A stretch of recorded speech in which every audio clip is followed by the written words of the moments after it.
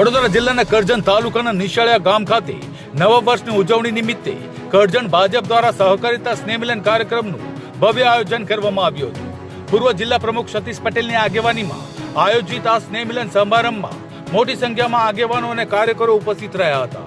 કાર્યક્રમમાં મુખ્ય અતિથિ તરીકે સાંસદ મનસુખ વસાવા, સહકારી ક્ષેત્રના કન્વીનર બિપિન ગોતા, જિલ્લા સહકારી આગેવાનો, કરજણ તાલુકા તેમજ શહેર ભાજપના કાર્યકરો, નગરપાલિકા પ્રમુખ, તાલુકાની વિવિધ સહકારી મંડળીઓના પ્રતિનિધિઓ અને અનેક સરપંચો હાજર રહ્યા હતા।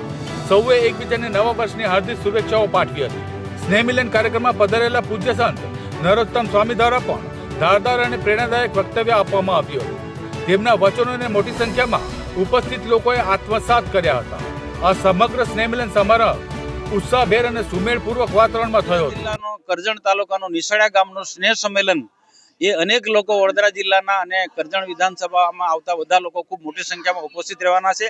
સહકારી આગેવાનો, સહકારી ક્ષેત્ર સાથે જોડાયેલા લોકો, તો આ સ્નેહ સંમેલનથી આવનારા દિવસોમાં ચોક્કસ જબરદસ્ત મોટો ફાયદો થવાનો છે।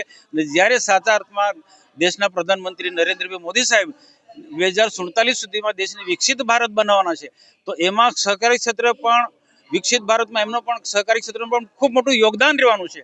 તો આ સ્નેહ સંમેલન થકી બધા જનો એક જ આશય છે કે વડોદરા જિલ્લાના સ્નેહ સંમેલનમાં સહકારી ક્ષેત્રથી અનેક લોકોને રોજગારી મળે અને સહકારી ક્ષેત્રમાં સાથે જોડાયેલા લોકો આવનારા દિવસોમાં પોતપોતાના પ્લેટફોર્મમાં ખૂબ આગળ વધે એ બધા એકબીજાને શુભેચ્છા પાઠવવાના। ઘણા બધા અહીંયા આજે હાજર હોય ત્યારે અહીંયા ખૂબ સારી મોટી સંખ્યામાં, આમ તો લગભગ 4 થી 5 હજાર લોકો આ સ્નેહ મિલનમાં ભેગા થયા। ત્યારે નવા વર્ષની તમામને હું ખૂબ ખૂબ શુભકામનાઓ પાઠવું છું અને આવનાર સમયમાં સૌ સાથે મળીને તાલુકા પંચાયત, જિલ્લા પંચાયત કે અન્ય કોઈ પણ ચૂંટણી આવે એમની અંદર ભારતીય જનતા પાર્ટીનો ભગવો લહેરાય એવું આયોજન થાય એવી ભગવાનને પ્રાર્થના કરું છું।